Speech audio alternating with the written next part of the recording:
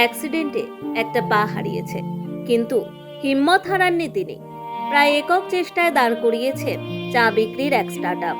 ফুটপাথে চায়ের স্টল থেকে শুরু, আজ তার আয় লাখের ওপর। তরুণী নেহার উঠে দাঁড়ানোর গল্প সকলের অনুপ্রেরণার যোগ্য। দুপায়ের সাহায্য ছাড়া মানুষের পক্ষে দাঁড়ানো বেশ কঠিন। দাঁড়িয়ে থাকা ছাড়াও পায়ের সাহায্যে আমরা হাঁটতে, দৌড়তে কিংবা লাফাতেও পারি। অথচ যার পা নেই বা পা থেকেও নেই, অথবা যিনি দুর্ঘটনার শিকার হয়ে পা হারিয়েছেন, তাকেও তো জীবনে প্রতিষ্ঠিত হতে হবে, স্বনির্ভর হতে হবে, নিজের পায়ে দাঁড়ানো যাকে বলে। আজ আপনাকে এমনই এক মেয়ের গল্প শোনাবো, যিনি দুর্ঘটনায় পা হারানোর পরও হিম্মত হারাননি। হ্যাঁ, দেশের বেশিরভাগ মেয়ের মতো তিনিও লেখাপড়া শিখে নিজেকে যোগ্য হিসেবে গড়ে তুলে জীবনে প্রতিষ্ঠিত হতে চেয়েছিলেন। একটি স্কুলে শিক্ষকতাও করতেন, কিন্তু বাঁধ সেধেছিল দুর্ঘটনা। সেই দুর্ঘটনা কেড়ে নিয়েছিল তার একটি পা। তবে একটা পা হারিয়েছে বলে থেমে যাবে সব, তা হতে দেওয়া যায় না। হাল ছেড়ে দেওয়ার বদলে তিনি নিজের ক্ষমতাকে নতুন করে আবিষ্কারের সিদ্ধান্ত নেন।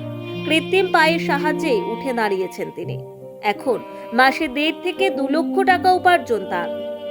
গুজরাটের ভাবনগরের মেয়ে নেহা প্রকাশ ভাই ভাট।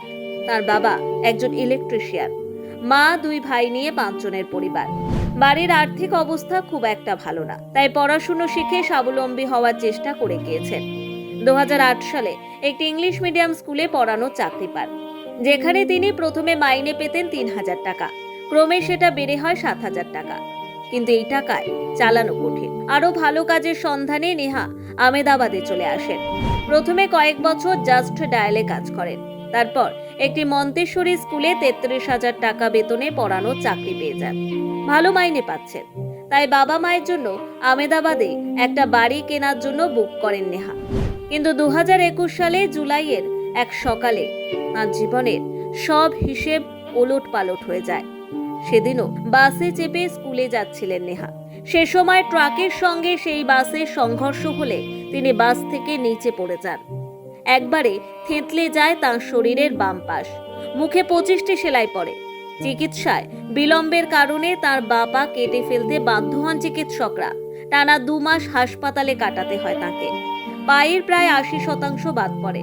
চিকিৎসকরা তাকে কৃত্রিম পা বসানোর পরামর্শ দিল, সে সামর্থ্য ছিল না তাদের। শেষে ক্রাউড ফান্ডিং এর মাধ্যমে অর্থ জোগাড় হয়।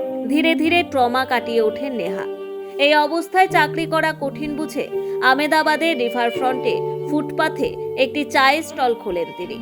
ইংরেজি অ্যাম্পুটি শব্দটি অঙ্গচ্ছেদের সঙ্গে যুক্ত এবং এর মানে হচ্ছে শরীরের একটি অংশ কেটে ফেলা। নেহাও মজার ছলে স্টলের নাম দেন অ্যাম্পুটি নেহা। অল্পদিনেই জনপ্রিয় হয় তাঁর চা। পরে শহরের সৌন্দর্যায়নের জন্য প্রশাসন তার স্টল তুলে দেয়। তিনি অন্যত্র দোকান দেন। পা হারালো, সাহস হারাননি, তাই তাকে নিয়ে গর্বিত স্থানীয়রাও। তাদের কাছে অ্যাম্পুটি নেহা নিছক একটা চা দোকান নয়, এটা একটা সাহসের দোকান। Bureau report, one Bengal.